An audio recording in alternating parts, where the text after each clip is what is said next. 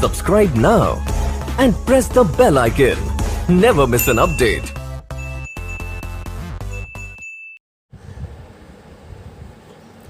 आज हम इलेक्ट्रोकेमिस्ट्री के सेल के बारे में पढ़ेंगे। वो है इलेक्ट्रोकेमिकल सेल। इलेक्ट्रोकेमिकल सेल, जो इलेक्ट्रोकेमिकल सेल है उसके अंदर हम केमिकल एनर्जी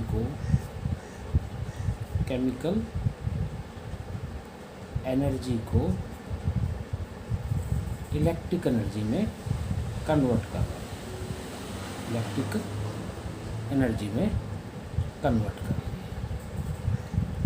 इलेक्ट्रोलिटिकल सेल में इलेक्ट्रिक एनर्जी को हम केमिकल एनर्जी में कन्वर्ट करते हैं। ये किसके प्रोसेस के अंडर हम ये चेंज करेंगे? वो करेंगे रेडॉक्स रिएक्शन के प्रोसेस से। Redox, red plus ox. Red refer to reduction and ox refer to oxidation.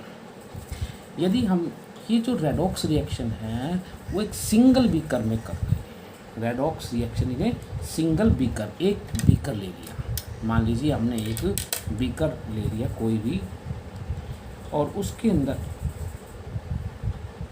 हमने एक रोड लगा दी जो है, मान लीजिएगा जिंक की रोड है।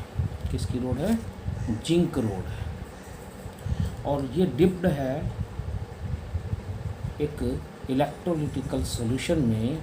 मान लीजिए वो है कॉपर सल्फेट का एक्वस सॉल्यूशन। एक्वस है, इलेक्ट्रोलाइट का काम करेगा। कॉपर 2 पॉजिटिव में होगा और सल्फेट 2 नेगेटिव के अंदर होगा। यदि यहाँ हम देखते हैं तो जिंक ने 2 इलेक्ट्रॉन लूज करके जिंक आयन बना दी। क्लियर? वो जिंक आयन इसमें चले जाएंगे, टूट के इसके अंदर ये जिंक आयन चलेंगे। Zn2 पॉजिटिव, Zn2 पॉजिटिव, और ये इलेक्ट्रॉन होंगे वो इसी के पास ही रहेंगे। क्या इस सॉल्यूशन में जाएंगे? दो ही तो कंडीशन है। अब ये इलेक्ट्रॉन और आगे तो जा ही नहीं सकते, यानी कि सॉल्यूशन में रहेंगे। तो कॉपर सल्फेट के अंदर कॉपर जो आयन है ये कहाँ से आए? From aqueous copper sulphate solution. Copper sulphate solution उसमें से आए। इन्होंने क्या किया, जो इलेक्ट्रॉन ये छोड़ रहा था वो सॉल्यूशन में थे, वो इलेक्ट्रॉन लेना स्टार्ट कर देगा।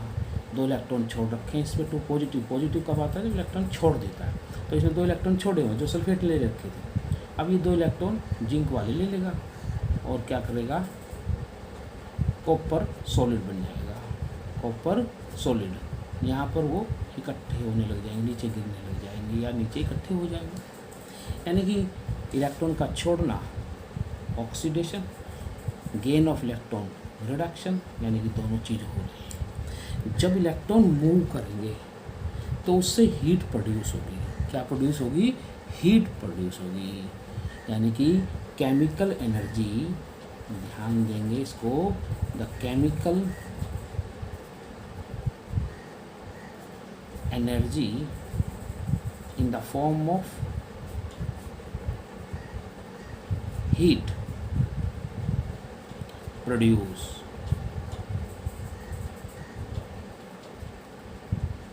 या हम ये कह सकते हैं कि इसके अंदर जो केमिकल एनर्जी है वो कन्वर्ट हो रही है हीट एनर्जी में। किस में कन्वर्ट हो रही है? हीट एनर्जी में हो रही है। क्लियर? यदि ये एक सिंगल बीकर में, यदि सॉल्यूशन जो है वो हॉट हो जाएगा, गर्म हो जाएगा। आपसे पूछा जाए क्यों हो जाएगा भाई, तो आप सिंपली कहेंगे due to the redox reaction electrons move from zinc rod to the solution of copper ion to get heat. यदि हम इसी रेडॉक्स रिएक्शन को दो सेपरेट वेसल में बात कर रहे हैं, यानी सिंगल वेल की बजाय हम दो अलग अलग, टू डिफरेंट बीकर्स में कर रहे हैं, दो अलग अलग बीकर में कर लें। यदि ऐसी बात करते हैं हम, दो अलग अलग बीकर में करते हैं, तो एक में ऑक्सीडेशन करवा लेंगे तो एक में रिडक्शन करवा लेंगे। तो इसका मतलब क्या होगा, यहाँ टू हाफ रिएक्शन होगी, एक होगा ऑक्सीडेशन हाफ रिएक्शन, क्या होगा ऑक्सीडेशन हाफ रिएक्शन, और दूसरा होगा reduction half reaction, reduction half reaction. Oxidation half reaction में ऑक्सीडेशन होगा, ये बेसिक याद रख लीजिएगा, कभी भी गलती नहीं होगा। कौन सा प्रोसेस होगा, ऑक्सीडेशन होगा, और जो रिडक्शन हाफ रिएक्शन में नेचुरल है रिडक्शन होगा और रिडक्शन प्रोसेस होगा। यहाँ हम ऑक्सीडेशन का मतलब होता है loss of electron, electron lose करेगा, और रिडक्शन में क्या होता है gain of electron, gain of electron यानी इलेक्ट्रॉन लेगा। ये आपकी लेफ्ट हैंड साइड में रखिएगा, गलती नहीं होगी, ये राइट हैंड साइड में रखिएगा।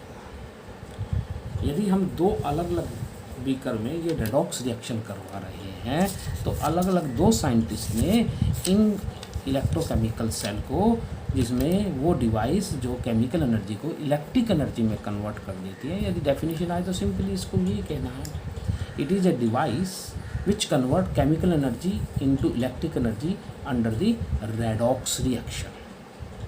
ये दो सेपरेट वेसल में करवाते हैं तो अलग अलग रिएक्शन हो जाती है। दो साइंटिस्ट ने इन्होंने इनके ऊपर वर्क किया था, जिनके नाम से सेल भी कहलाया। लोगी नाम के गैल्वेनिक साइंटिस्ट थे, जिन्होंने 1780 में, और दूसरे थे हमारे पास में ए वोल्टा।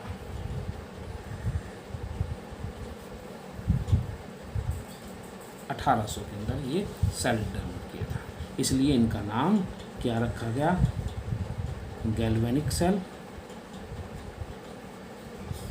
दूसरा है वोल्टिक सेल। किसी भी नाम से इनको बोला जा सकता है। डैनियल सेल भी लगभग मेन प्रोसेस वही है, बस थोड़ा सा उसमें अंतर है कंस्ट्रक्शन। तो हम एक सेल बना लेते हैं, उससे हम बात करते हैं, यही चीज़ हम दो अलग अलग सेपरेट वेसल में कर लेते हैं। एक वेसल ये है जो आपके लेफ़्ट साइड में है, दूसरा हमारे पास ये है जो लेफ़्ट साइड में है, उसमें एक इलेक्ट्रोड लगी हुई है, दूसरी साइड में है उसमें दूसरी इलेक्ट्रोड लगी, दोनों अलग अलग मेटल की है। एक है जिंक की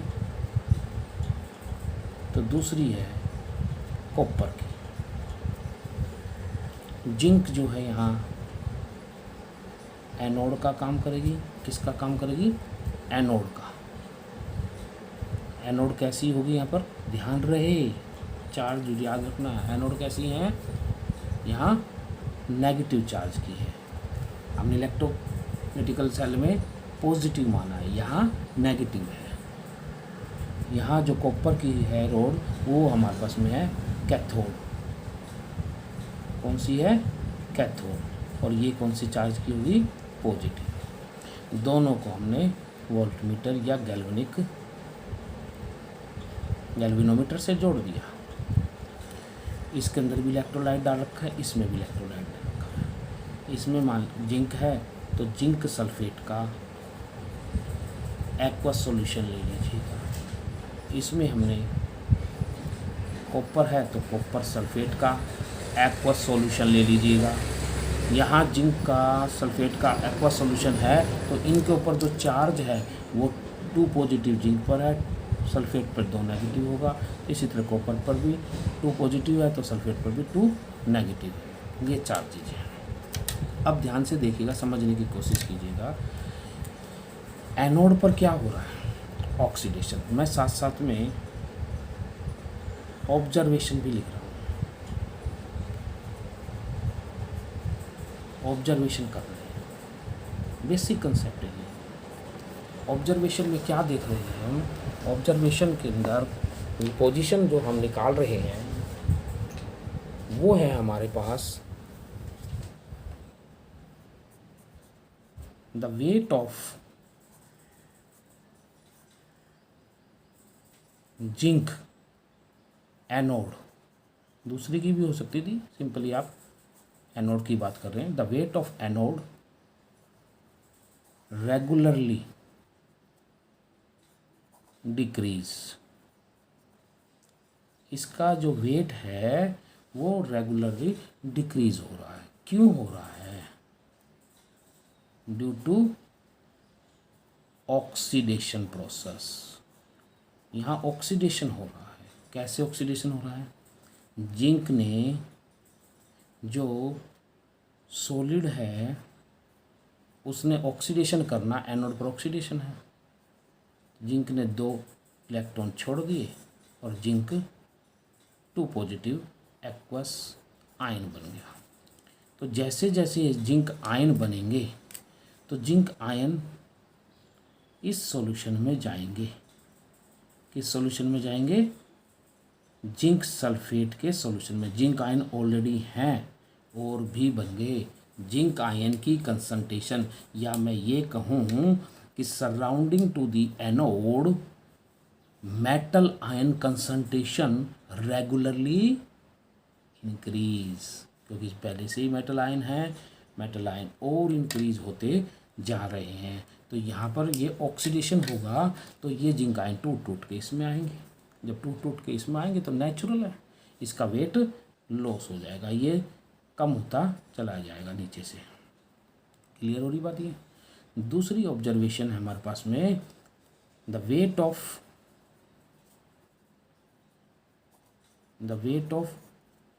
कैथोड। कौन है कैथोड? यहाँ पे कॉपर की ले रखी है, कॉपर की है। इंक्रीजेस, वो इंक्रीज होगा। क्यों होगा? Due to reduction. रिडक्शन के कारण होगा।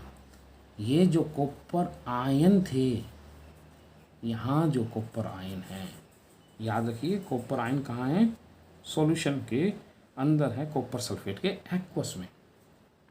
और इसका कॉपर सल्फेट का जो सॉल्यूशन का कलर होता है वो ब्लू कलर का होता है। कैसा होता है? ब्लू कलर का, ब्लू ग्रीन जैसा होता है। ये एक्वस क्या होगा? यहाँ इलेक्ट्रॉन ज़्यादा हो जाएंगे इस एनोड के ऊपर। यहाँ इलेक्ट्रॉन इकट्ठे होते चले जाएंगे, बहुत सारे इकट्ठे होंगे, एक प्रेशर लगेगा, इलेक्ट्रॉन मूव करेंगे। कहाँ से करेंगे? एनोड से करेंगे, गैल्वेनोमीटर से होते हुए, वोल्टामीटर से होते हुए ये कहाँ आ जाएंगे हमारे पास में? इस कैथोड पर। ये कैथोड पर जब आएंगे तो ये जो कॉपर आयन जो चारों तरफ हैं इसके है, वो इलेक्ट्रॉन लेना स्टार्ट कर देंगे। इलेक्ट्रॉन का गेन करना क्या हो गया? रिडक्शन। आपको पता ही है कैथोड पर होता क्या है? रिडक्शन। कैथोड पर क्या हो रहा है? रिडक्शन। यानी कि हम यहाँ लिखेंगे, यहाँ रिडक्शन प्रोसेस है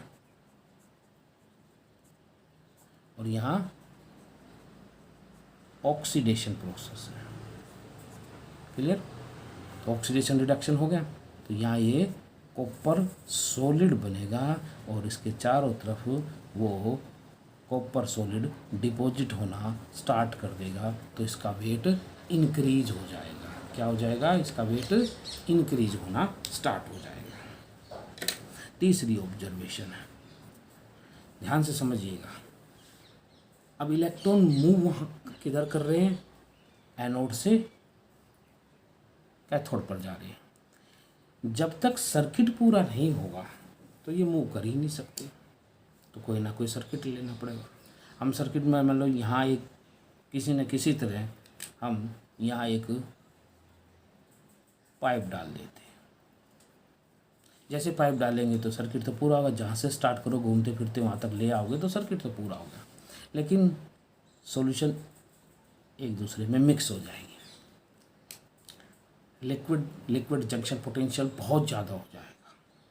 तो हम क्या करेंगे, एक यू शेप्ड ट्यूब लगाएंगे जो इन्वर्टेड है, उल्टी है, दोनों के अंदर उसका टर्मिनल है डिप कर रहा है, दोनों के टर्मिनल जो है किनारे है बंद है ग्लास वूल से। किससे? ग्लास की वूल से। वो क्या करती है, वो आयंस को ही परमिट करती है इस सॉल्यूशन से इसमें जाना या इस सॉल्यूशन से इसमें आना, जिसका नाम है साल्ट ब्रिज। क्या नाम है? Salt bridge. बहुत इम्पोर्टेंट है इसके फंक्शन। तो एक तो है सर्किट पूरा कर रहा है। इसके अंदर है क्या चीज़? इसके अंदर है इलेक्ट्रोलाइट। क्या चीज़ है? इलेक्ट्रोलाइट। कैसे हैं? इनर्ट। इनर्ट का इन जनरल मीनिंग होता है इनएक्टिव, यानी ना तो वो इसके साथ रिएक्शन करे ना इसके साथ रिएक्शन करे। ये कन्फ्यूजन सबसे ज़्यादा बुक्स में लिखा हुआ है कि ये इनर्ट है तो रिएक्शन नहीं करनी चाहिए। किसी बुक में रिएक्शन दे रखी है, किसी में नहीं दे रखी है। एक्चुअल में तो रिएक्शन तो करेगा पर इनएक्टिव है। इनएक्टिव का मतलब वो अपनी पार्टिसिपेशन कोई केमिकल बॉन्ड बना के न्यू कंपाउंड नहीं बनाएगा। बनाएगा तो उसके अंदर यहाँ पोटेंशियल डेवलप नहीं होगा। इनएक्टिव इलेक्ट्रोकेमिकल सेल रहेगा। इसके बारे में मैं आगे डिस्कस करेंगे। तो ध्यान रखिएगा कि इलेक्ट्रॉन जा रहे हैं इधर से इधर। तो इस गैल्वेनोमीटर में एक जो नल पॉइंट पर जो नीडल है उसमें डिफ्लेक्शन आएगा। Deflection in galvanometer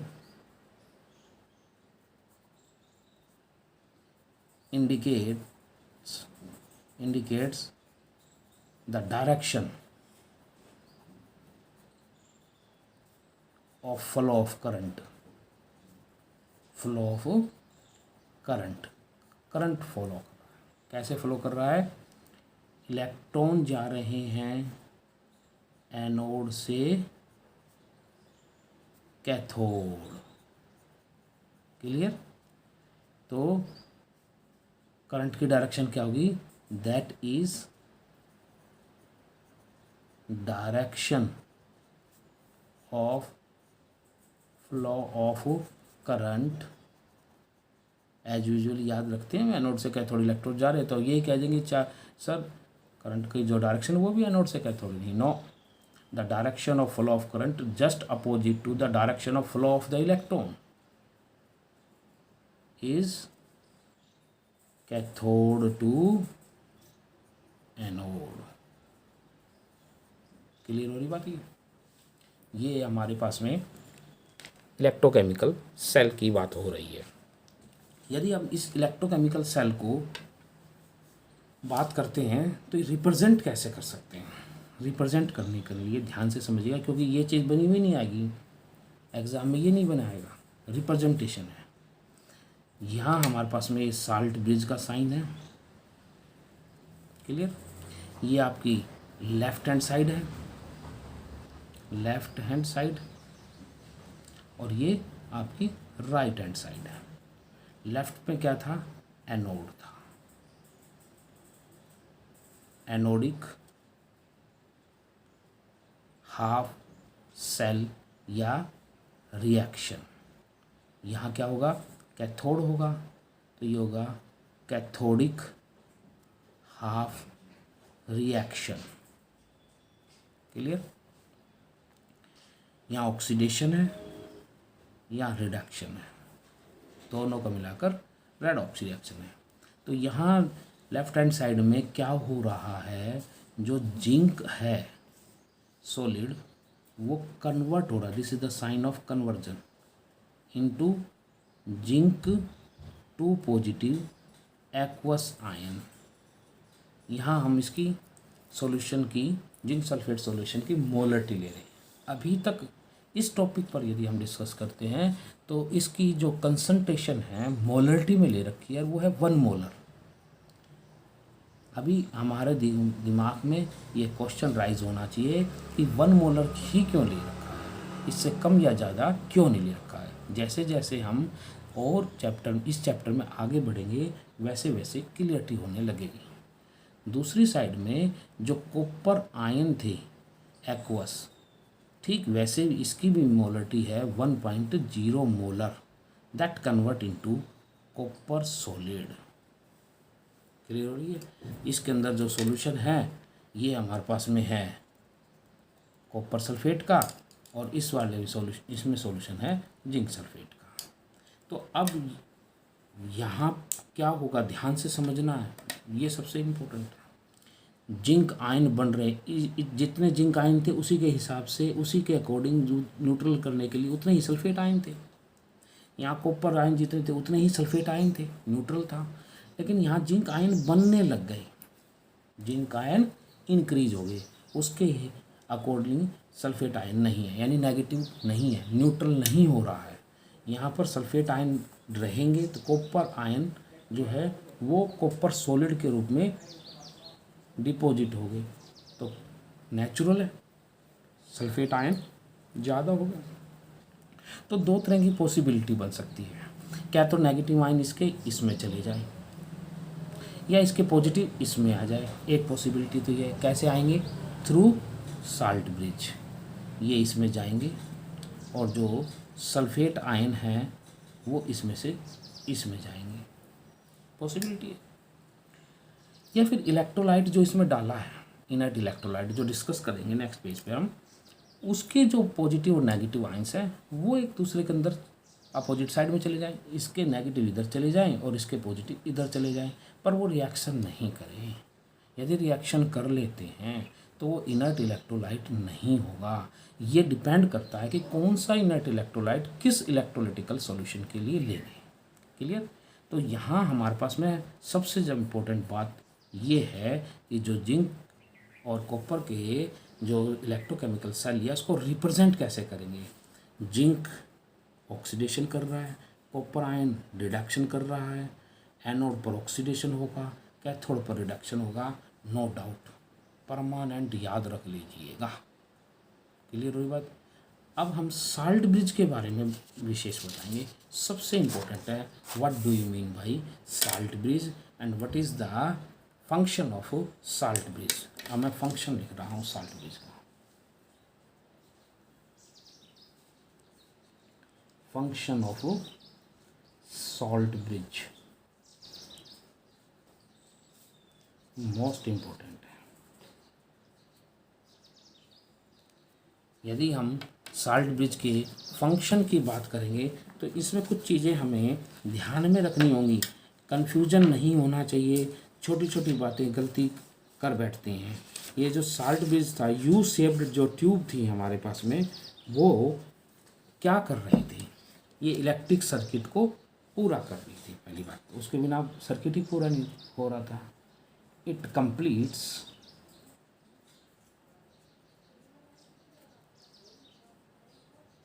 electric circuit को पूरा कर रहे हैं। इसके बिना तो सर्किट ही पूरा नहीं हुआ था। क्लियर। दूसरी बात देखें, यदि ये ना लगाए हम बीच में से, जैसे मैंने कनेक्शन बताया था, बीच में यहाँ हम यही जोड़ देते हैं, बीच में ही जोड़ दे तो सर्किट तो पूरा हो गया। लेकिन ये तो मिक्स हो जाएंगे ना।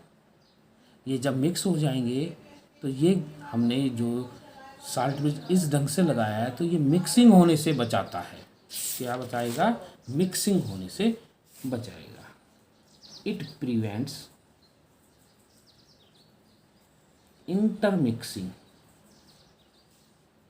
intermixing of two different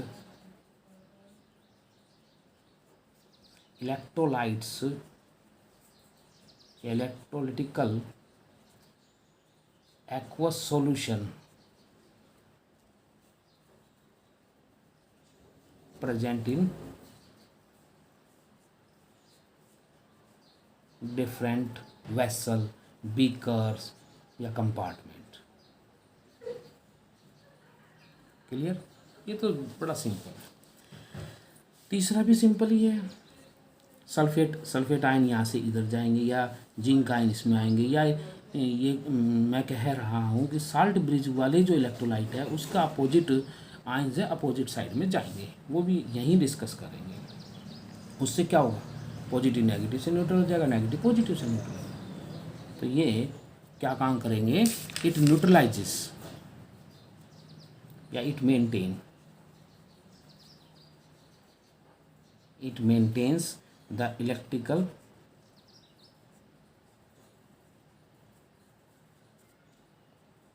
neutrality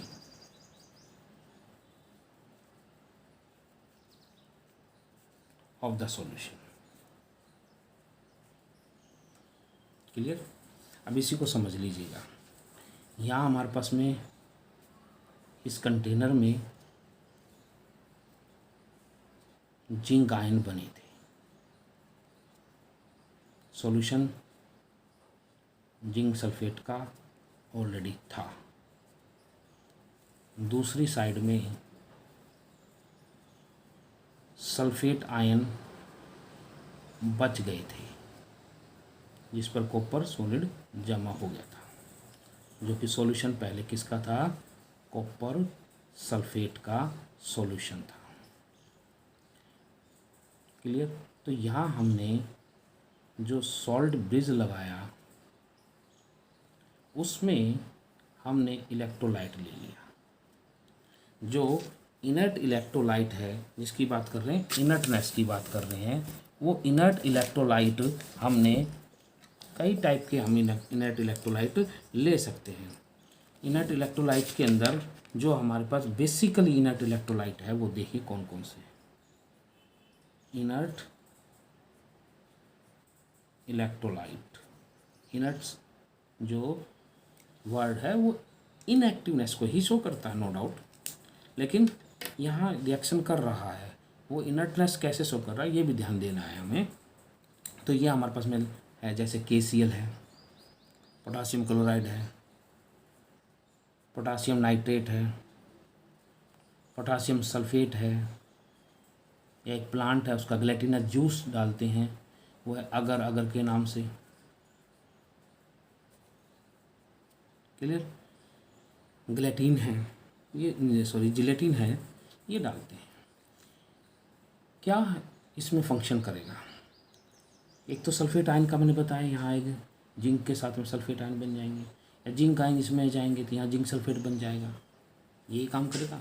मैं यहाँ ले रहा हूँ, मान लीजिए पोटासियम क्लोराइड, क्या ले लिया, पोटासियम क्लोराइड, ये सब के लिए अलग अलग है, या कहें कि सब के लिए एक जैसा नहीं है। क्लियर। तो ध्यान दीजिएगा, जिंक जो आयन बने थे एट एनोड साइड पर जो बने थे वहाँ ये नेगेटिव आयन आने लग जाएंगे, क्लोराइड आयन आएंगे, कौन से, इनर्ट इलेक्ट्रोलाइट वाले, इनर्ट इलेक्ट्रोलाइट वाले, और बना देंगे जिंक क्लोराइड का एक्वस सॉल्यूशन। तो यहाँ जिंक आयन भी है और क्लोराइड आयन भी है, वैसे के वैसे पड़े हैं, रिएक्शन नहीं हुई है, नया कंपाउंड नहीं बनाया है, तो न्यूट्रलिटी तो मेंटेन कर दी इसने।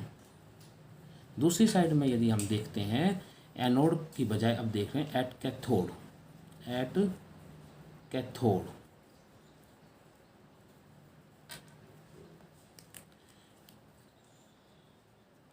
यदि हम कैथोड साइड में देखते हैं तो यहाँ क्या था, सल्फेट आयन थे, ये थे। तो इस इनर्ट इलेक्ट्रोलाइट का पोटासियम जो आया, ये कहाँ से आया, फ्रॉम इनर्ट इलेक्ट्रोलाइट, और बना दिया पोटासियम सल्फेट का एक्वस सॉल्यूशन। पोटासियम पॉजिटिव है, सल्फेट 2 नेगेटिव है, 2 पॉजिटिव 2 नेगेटिव, तो वो में इसी में ही पड़े रहेंगे, रिएक्शन नहीं करेंगे, इसलिए इनर्ट इलेक्ट्रोलाइट कहा गया है। लेकिन करेंगे KCl के ही। अब मान लीजिएगा हर एक में KCl डाल दे क्या, ऐसा भी तो कर सकते हैं, नहीं। मान लीजिए हमारे पास में एक कंटेनर के अंदर वो एनोड था या कैथोड था, जैसे भी था, उसमें हमने रोड लगा रखी है एंड सिल्वर की, क्लियर। और ये हमारे पास में मान लीजिए कैथोड है, एनोड नहीं कैथोड है।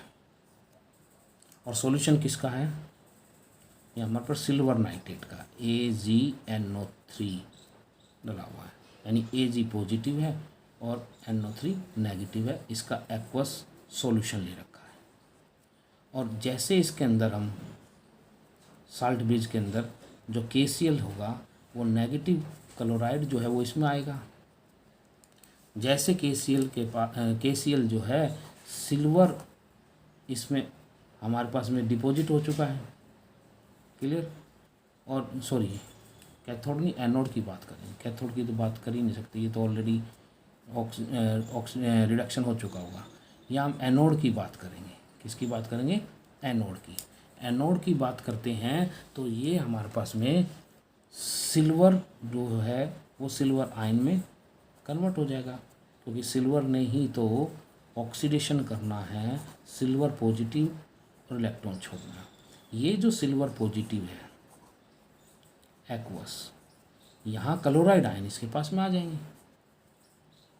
जैसे यहाँ न्यूट्रल किया वैसे यहाँ भी न्यूट्रल हो जाएगा, लेकिन ये प्रेसिपिटेट बना देंगे, वाइट कलर के प्रेसिपिटेट्स बना देंगे, जो गलत हो जाएगा, यानी रिएक्शन करके नया कंपाउंड बना दिया। यहाँ जो जिंक क्लोराइड बनाया था जिंक आयन फॉर्म में है, क्लोराइड आयन फॉर्म में कि एक्वस में है, जबकि यहाँ ये सॉलिडिफाई हो गया है, इसलिए हम ये इसमें नहीं ले सकते। ध्यान रखना है इसमें। ये जैसा आप ये गैल्वेनिक सेल में यूज़ करेंगे, यानी वोल्टिक सेल के अंदर जो साल्ट ब्रिज होगा वो ध्यान रखना है, उसमें क्या डालना होगा। और लास्ट इसका जो फंक्शन है, इट मिनिमाइजेज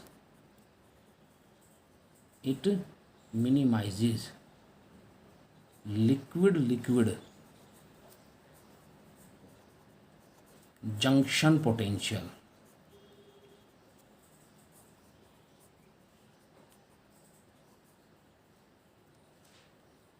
या जिंक आयन बने या सल्फेट आयन बने, ये दो सेपरेट वेसल में है। मान लीजिए हमारे पास में ये इसको दो पार्टीशन बना दिए, एक साइड में मान लीजिए एनोड है, एक साइड में कैथोड है, तो यहाँ जिंक आयन बने थे, वो जिंक आयन यहाँ पर इकट्ठे होते चले जाएंगे। यहाँ सल्फेट आयन जो बच गए थे कॉपर सल्फेट के अंदर, जो सॉल्यूशन था किसका था, कॉपर सल्फेट का जो सॉल्यूशन था, यहाँ जिंक सल्फेट का जो सॉल्यूशन था, यहाँ सल्फेट आयन नेगेटिव आयन बन जाएंगे। दो चार्जेस के बीच का जो पोटेंशियल डेवलप होगा उसको कहेंगे लिक्विड जंक्शन पोटेंशियल। तो ये मिनिमाइज करता उसको, हमने डायरेक्ट इसको ऐसे सेपरेट नहीं कर रखा, साल्ट ब्रिज से कर रखा है, तो इसको आप याद रख सकते हैं। नहीं तो ये तीन में जरूर लिख के आए। It completes electric circuit, it prevent intermixing of two different electrolytical aqueous solution present in different vessels of the beaker or the compartment, and it maintain the electrical neutrality। कैसे न्यूट्रलाइज करेगा, इसके आयंस आएंगे। मान लो sulphate चले गए तो zinc sulphate बन गया, जिंक इधर गया तो जिंक सल्फेट बन गया, जैसा बुक में 1-2 में लिखा हुआ है। अदरवाइज यहाँ ये जो इलेक्ट्रोलाइट डाला है, जिसकी स्पीड हमने अगर से या ग्लैटिनस सा बना दिया, इसको जेली लाइक बना दिया है स्पीड कम करने के लिए। अपोजिट आयंस अपोजिट साइड में चले जाएंगे। यहाँ जिंक आयन बनाए तो नेगेटिव आ जाएंगे, यहाँ सल्फेट आयन पड़े हुए हैं तो यहाँ पॉजिटिव आयन आ जाएंगे, लेकिन उसके साथ रिएक्शन नहीं करने चाहिए। इसलिए ऐसा ही हमने चूज़ करना पड़ेगा इलेक्ट्रोलाइट इन साल्ट ब्रिज। ये विशेषकर हमें ध्यान रखना है, ये फंक्शन ऑफ साल्ट ब्रिज की बात कर रहे हैं। ये बहुत ज़्यादा इम्पोर्टेंट है, इसमें कई बार आया वो है ये। यदि हम एक छोटी सी बात और कर लें इसी कंटिन्यूटी के अंदर, डैनियल सेल की, किसकी बात कर लें, डैनियल सेल की। इसमें और उसमें कोई डिफरेंस नहीं है। 1.1 वोल्ट डेवलप करता है ये। यानी कि यहाँ भी हमने सेपरेट वेसल ही लेने हैं, सेपरेट वेसल ही लेने हैं। बस थोड़ा सा अंतर क्या कर लिया, यहाँ साल्ट ब्रिज को हमने किसी दूसरे रूप में ले लिया। मान लीजिए एक कंटेनर है, ये बाहर ये कंटेनर है और ये बना हुआ है कॉपर का, जो काम करेगा कैथोड का। इसके बीच के अंदर हमने एक दूसरा कंटेनर लिया जो कि एक ऐसी लेयर से बना हुआ है जो साल्ट ब्रिज का काम करते हैं, यानी पोरस पोर्ट ले लिया इसको। क्या कैसा ले लिया? Porous port. पोरस पोर्ट क्या काम करेगा? पोरस पोर्ट काम करेगा केवल आयंस को मूव करने के लिए, यानी कि just like as a salt bridge का काम करेगा। और इसके बीच में हमने एक रोड लगा दी जो कि जिंक की मान लीजिएगा, किसका काम करेगी? एनोड का। ठीक वैसे ही सेम वही रिएक्शन होगी। इस पर ऑक्सीडेशन होना है, कॉपर जो है इस पर रिडक्शन होना है। दोनों को हमने वोल्टमीटर से कनेक्ट कर दिया। इसके अंदर डाल रखा है कॉपर सल्फेट का एक्वस सॉल्यूशन और इसके अंदर डाल रखा है जिंक सल्फेट का एक्वस सॉल्यूशन। सेम रिएक्शन वही है। एनोड पर ऑक्सीडेशन, जिंक आयन बनने हैं इलेक्ट्रॉन छोड़ने के बाद जिंक रोड का, और दूसरे के अंदर जो कैथोड है उसके अंदर कॉपर जो है वो डिपॉजिट होता चला जाएगा चारों तरफ, इलेक्ट्रॉन लेते हुए चारों तरफ डिपॉजिट होता जाएगा। बिल्कुल सिंपल है। इस पॉइंट में हमें ज़्यादा डिटेल में नहीं याद रखना। एक तो फंक्शन ऑफ साल्ट ब्रिज पता होना चाहिए और सेल को रिप्रेजेंट कैसे करते हैं, और सेल को रिप्रेजेंट करने का जो बेसिक मेथड है वो ये याद रखना है कि आपकी लेफ़्ट साइड है, राइट साइड है। लेफ़्ट में एनोडिक रिएक्शन है और राइट साइड में कैथोडिक रिएक्शन है। एनोडिक रिएक्शन के अंदर ऑक्सीडेशन, कैथोडिक रिएक्शन में रिडक्शन होगा। ऑक्सीडेशन का मतलब इलेक्ट्रॉन छोड़ना, जिंक ने इलेक्ट्रॉन छोड़कर जिंक आयन बनाए। कैथोडिक रिएक्शन में रिडक्शन है, रिडक्शन का मतलब गेन इलेक्ट्रॉन, इलेक्ट्रॉन लेना है। कॉपर आयन ने इलेक्ट्रॉन लिए और वो कॉपर सॉलिड में कन्वर्ट हो गया। इसलिए ध्यान रहे। यदि इस टॉपिक में you feel any problem, you can discuss on my personal number or contact with the comment at present in the YouTube my channel.